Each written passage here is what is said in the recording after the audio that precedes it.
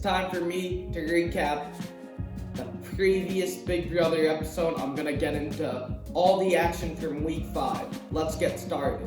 So we gotta start off with Memphis. Memphis won HOH on Thursday night. His responsibility as a head of household is to nominate 2 house guests for eviction. Big Brother introduced a brand new twist this season called the Safety Suite. Last week, Kaysar and Janelle both competed. Kaysar ultimately won the Safety Suite comp and saved Janelle as his +1. This week, Memphis did everything in his power to get most of these house guests to flush out their Safety Suite passes. That way, he could play next week with no repercussions and with a great chance to win the Safety Suite comp.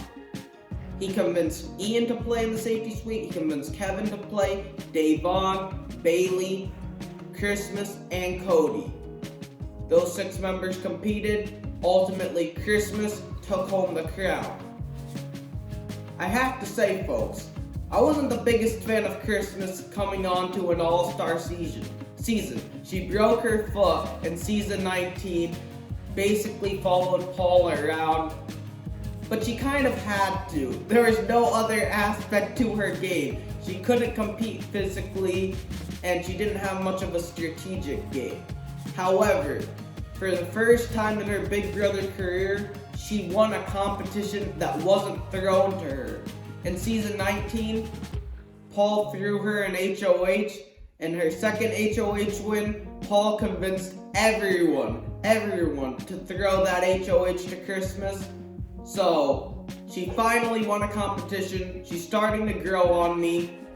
And maybe she does deserve to be an all-star. Ian Terry made a phenomenal play. He went to Christmas, told her, "Hey, Christmas, you're in power.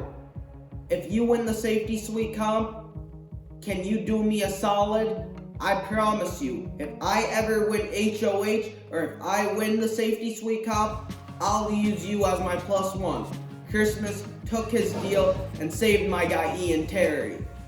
And I think he benefits tremendously because Memphis pegged Ian as his #1 target. I don't know what it is about Memphis, but he has it in for Ian. In season 10, Dan Gheesling beat Memphis Garrett by a unanimous vote. In season 14, Dan Gheesling lost to Ian Terry. Memphis feels like he has to avenge his fellow renegade. I'm not the biggest fan of that move. I wish he handled it a different way. Back to nominations. Memphis nominated David because he felt like David needed to earn his stripes.